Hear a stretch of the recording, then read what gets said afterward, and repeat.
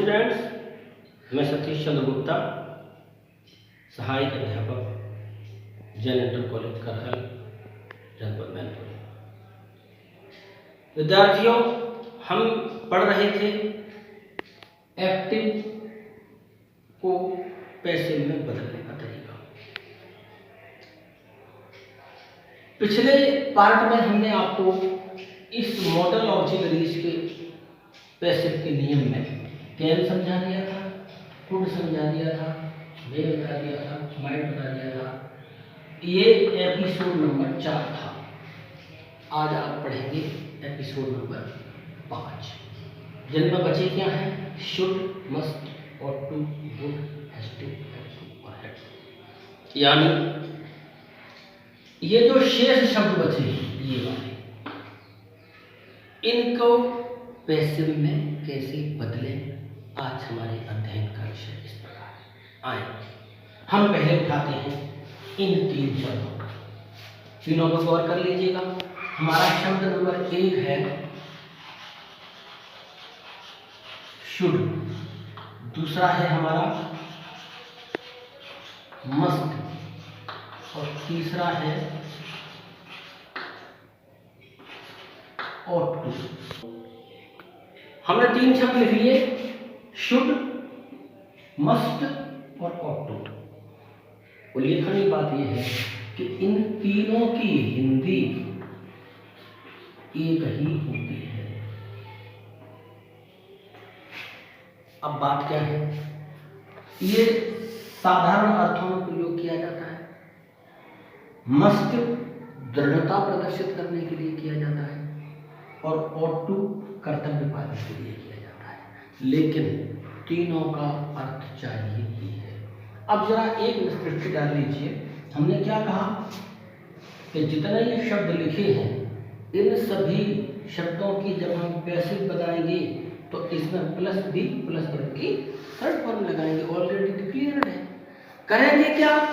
इसी प्रकार ये जो 3 शब्द हैं, इनके संबंधित वाक्यों की पैसिव बनाने के लिए भी हमको इसी विधि का प्रयोग करना होगा। आओ पहले एक बार वाक्य समझ लीजिए, फिर हम उसका पैसिव वॉइस समझाते हैं। तो जैसे हमने शुड कहा, ठीक है, हमने नंबर 1 पर शुड लिख लिया और फिर कहा कि राजू को स्कूल जाना चाहिए।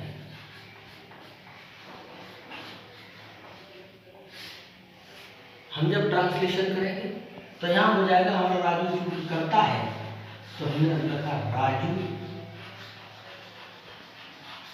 Should go to school. लेकिन अगर दूसरा आ जाए, ठीक है, तो ये है, अगर हम कहेंगे तुम्हें बहादुरी से लड़ना चाहिए, यानी शक्ति का प्रदर्शन। हम अपने सैनिकों का हौसला बढ़ाते कहते हैं तुम्हें बहादुरी से लड़ना चाहिए, अर्थात यहाँ पर हमें शक्ति का प्रदर्शन करना है। हम क्या करेंगे? हम इसको जब ट्रांसलेट करेंगे तो हो जाएगा यू मस्ट फाइट ब्रेवली।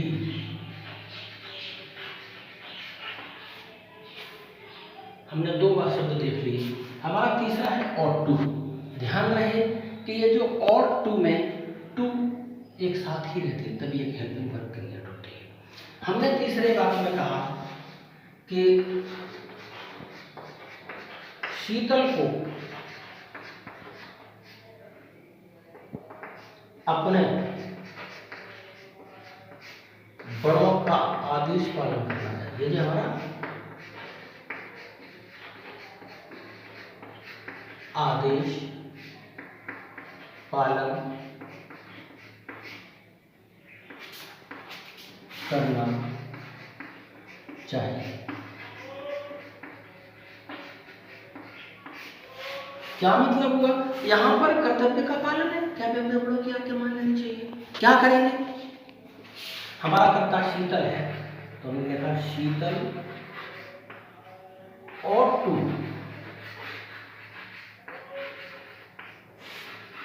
ओविल अपने, ध्यान रहे अपने में शीतल का पहले से केस लगेगा, ओविल हर किनका, बड़ों का, her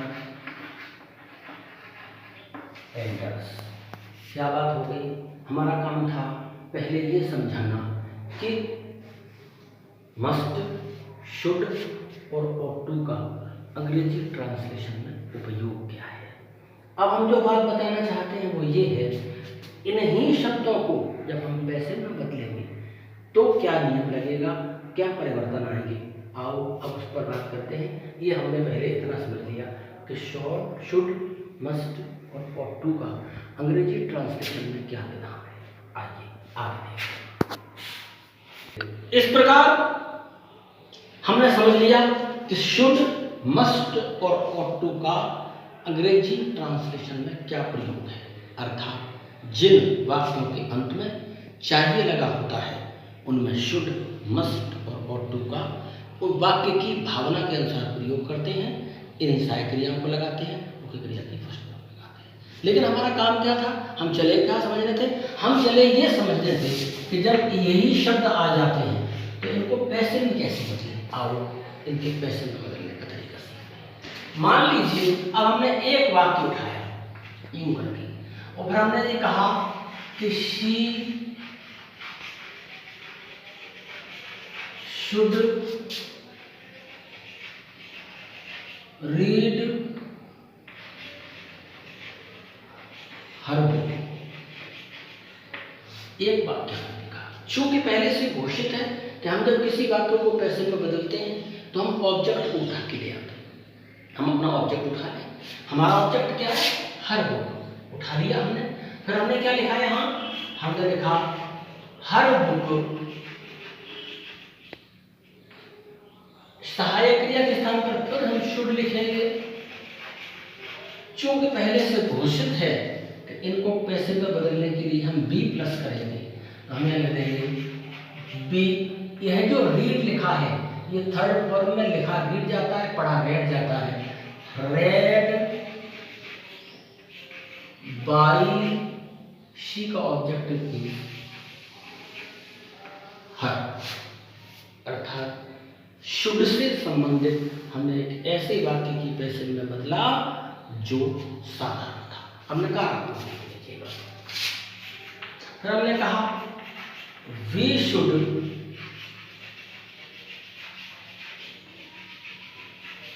not insult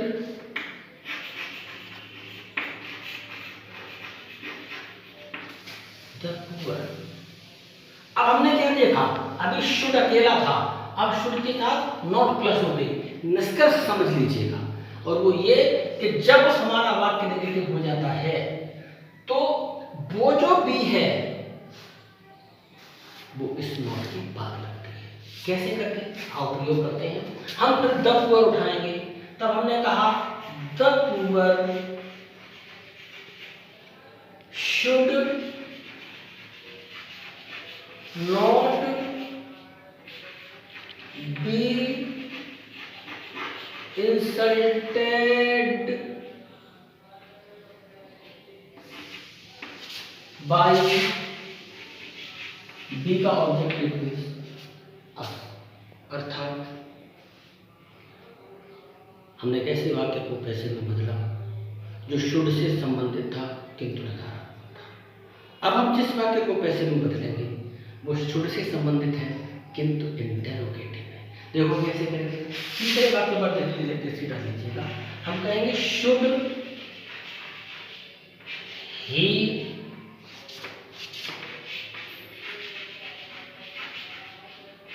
pluck these flowers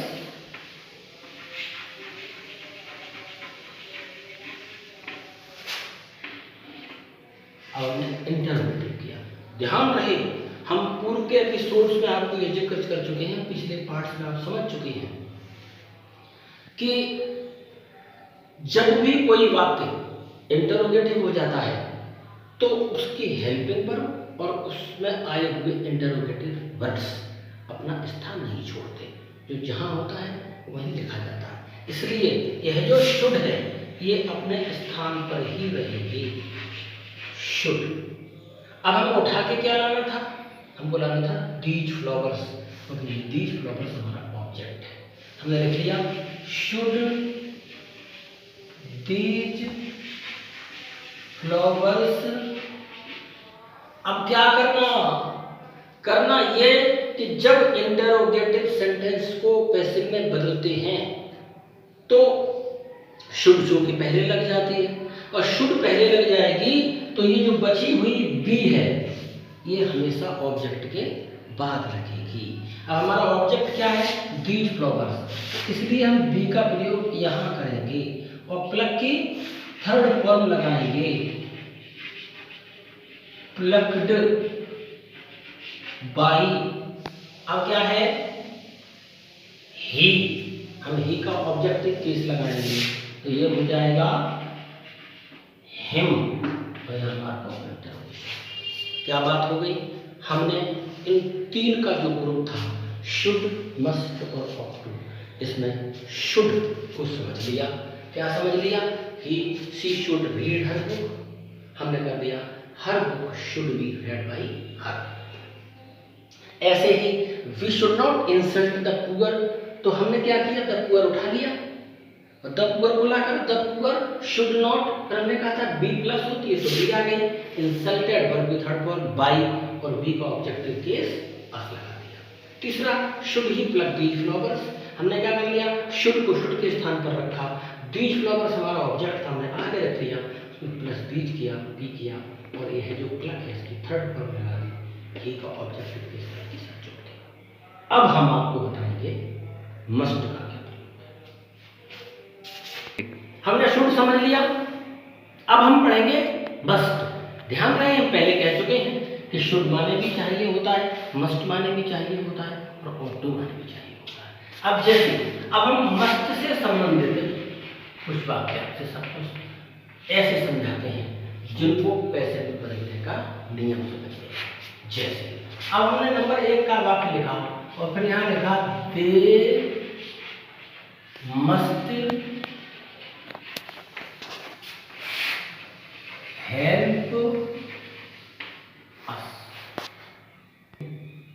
हमारा जो ऑब्जेक्ट अस है, एक पल को जरा पीछे जाओ, जब हमने केस समझाए थे तब यही कहा था कि ऑब्जेक्ट के स्थान पर लिखे हुए ऑब्जेक्टिव केस को जब उठा के लाएंगे तो वो सब्जेक्ट के स्थान पर आते समय नॉमिनेटिव केस में बदल जाएगा। इट इज द रीजन कि यह जो अस उठा के लाएंगे तो ये जब पैसिव बनाई जाएगी तो यहाँ पर बी हो जाएगी। उसके बाद फिर बी के साथ लेकर क्या लगाएंगे? Must, be must. अब चूंकि तय था कि मस्ट के साथ प्लस बी करेंगे, बी, फिर क्या? हेल्प, हेल्प की third form helped by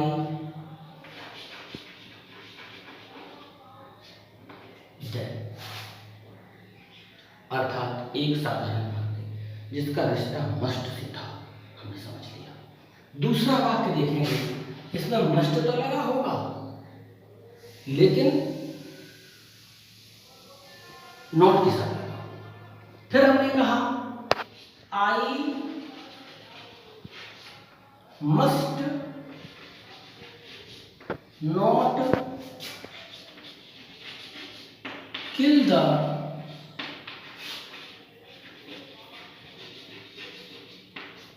parents. अब हमारा ऑब्जेक्ट क्या है? द पेरेंट्स, हमने उठा लिया, यह लिखा द पेरेंट्स। अब मस्ट के स्थान पर मस्ट लगा लो, नॉट के स्थान पर नॉट लगा लो।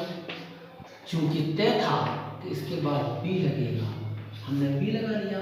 I must not kill the parents, अब किल की थर्ड फॉर्म लगा लिएगा, किल्ड बाई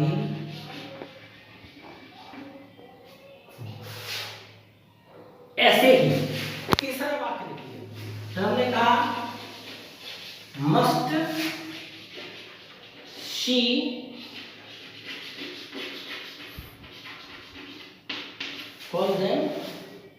अब हमने देख लिया कि ये चूंकि मस्ट प्रारंभ में लगा, it means our sentence is interrogative.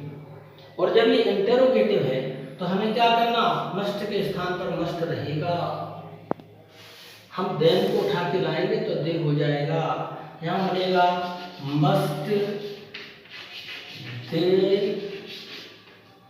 चूंकि तय था कि ऑब्जेक्ट के तुरंत बाद बी, फिर कॉल की third form called by she का ऑब्जेक्ट प्लेस। हर इस प्रकार हमने शुड सीखा और मस्ट सीखा। अब हम सीखेंगे ought। हमने शुड सीखा, हमने मस्ट सीखा, अब हम सीखेंगे ought। कैसे? जब हमने कहा we ought to,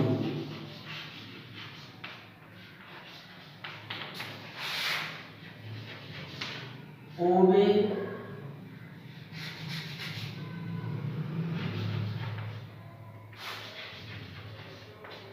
the elders, अर्थात हमें अपने बड़ों की आज्ञा का पालन करना चाहिए। अब क्या करना, क्योंकि तय था कि हम ऑब्जेक्ट उठा के लाएंगे, तो उठा के ले आए हम, तो हमने कहा the elders ought to be obeyed, verb की थर्ड फॉर्म बाय बी का ऑब्जेक्टिव चीज। बस हमने पहला वाक्य लिखा we ought to obey the elders, अर्थात हमारे जो बड़े हैं हमें उनकी आज्ञा का पालन करना चाहिए। वैसे में जब हमने बदला तो हमने the elders को आगे उठा लिया, तो the elders ought to be obeyed by us। इसी का नेगेटिव सेंटेंस होता है, जैसे she ought not to pluck the flowers। अब हमें ज्ञात है कि ये फ्लावर्स हमारा ऑब्जेक्ट है, हमने ऑब्जेक्ट को उठा के आगे ले लिया, फिर हमने कहा द फ्लावर्स, अब ought, फिर यहाँ not, फिर उसके बाद to। ये थोड़ा सा कठिन था लेकिन समझ लेंगे, वो ये ought लग जाता है। ध्यान रहे जब भी किसी में हेल्पिंग वर्ब में दो शब्द होते हैं और वो नेगेटिव हो जाता है, तो ध्यान रहे कि इस ought to के फिर वो बीच में आ जाता है।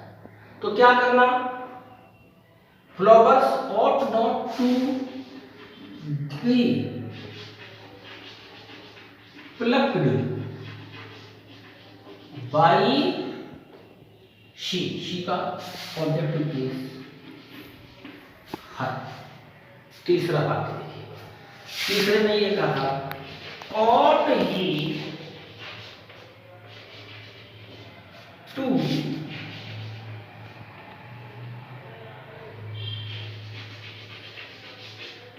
ring that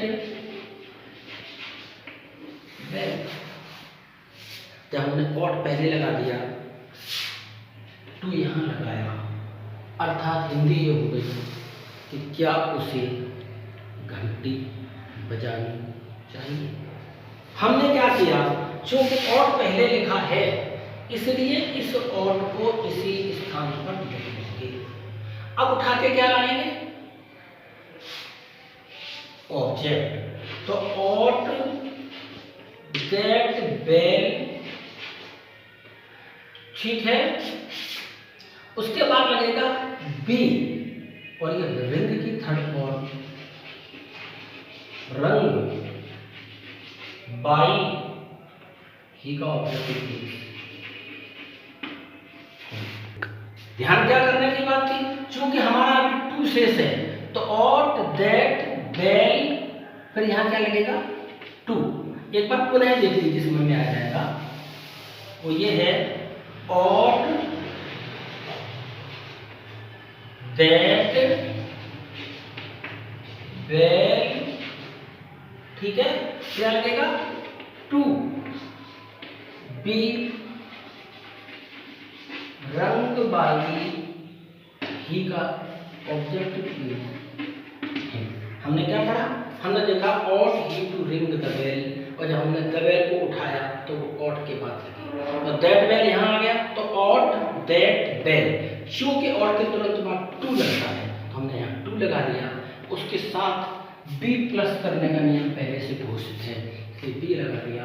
इस प्रकार हमने ऑट से संबंधित उन वाक्यों को पैसिव में बदलने का नियम सीखा, जो मॉडल ऑक्सिलरीज का एक अंग है।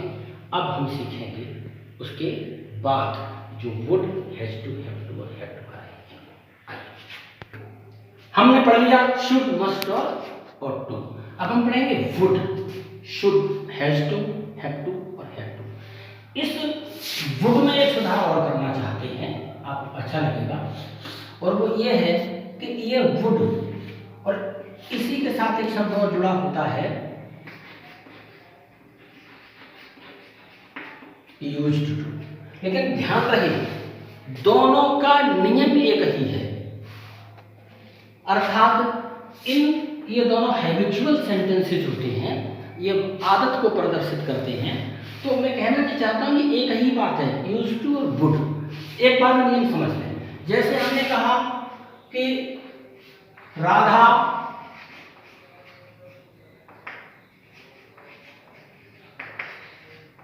सड़क पर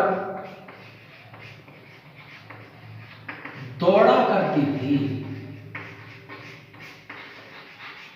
अब तो समझ लो, अब जहां हमने हैबिट प्रदर्शित की दौड़ा करती थी, अगर हम इशू करके चले जाएंगे, खाया करता था, पिया करता था, लिया करता था, दिया करता था, आया करता था, जाया करता था, पढ़ा करता था, लिखा करता था, ऐसे करके सेंटेंसेस जब हमारे सामने आ जाएंगे तब नियम ये है कि या तो यूज्ड टू का प्रयोग करो अथवा वुड का प्रयोग करो। लेकिन याद रहे ये जितने मॉडल ऑक्सिलरीज होते हैं इन सब में वर्ब की फर्स्ट फॉर्म का प्रयोग किया जाता है। अब हमने एक बात किया, आप चाहें तो इसको यूज्ड टू से भी बना सकते हैं और वुड से भी बना सकते हैं। देखो कैसे, हमने इसका ट्रांसलेशन किया, हमने कहा Radha would run on the road. We have translated this sentence with the help of would. अब हम चाहें तो इसके स्थान पर used to भी लिख सकते हैं, जैसे राधा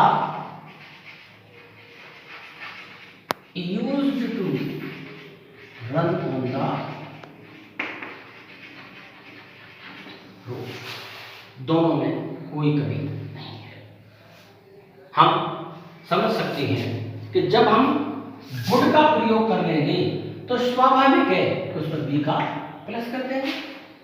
हम एक वाक्य आपको वुड से समझाते हैं और एक वाक्य आपको यूज्ड टू से समझा देते हैं, तो उसी के साथ समझ में आते हैं।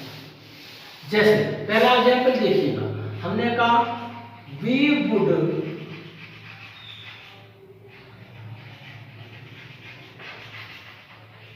Read the Ramayan. हमारे पास वुड लिखा है, पैसिव का नियम क्या कहता है, बी हो जाएगा, तो द रामायण को उठा के लाएंगे हम, द रामायण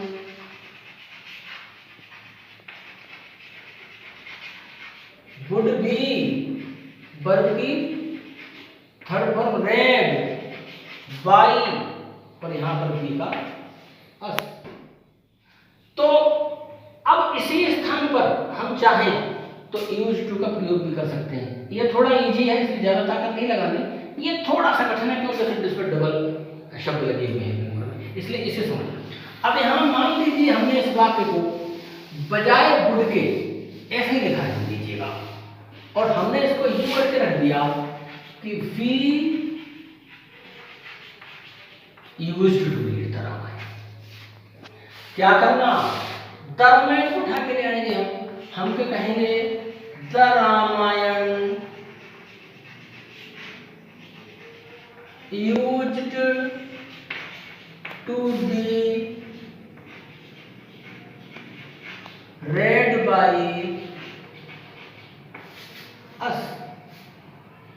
ऐसे ही दूसरा वाक्य देखा निगेटिव देखो, she used not to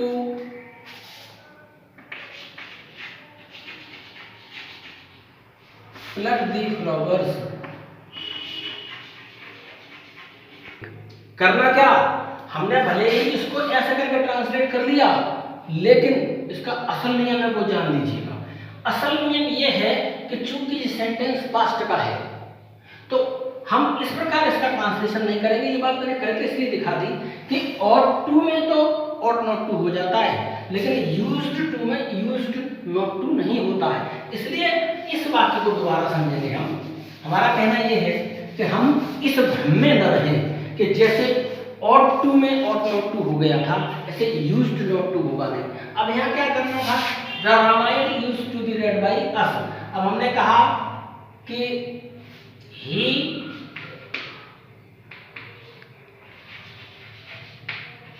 did not used to pluck the flowers।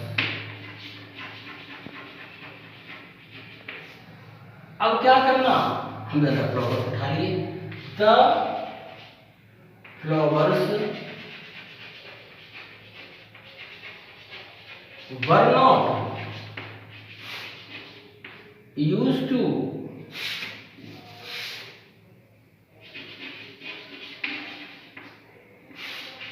plucked by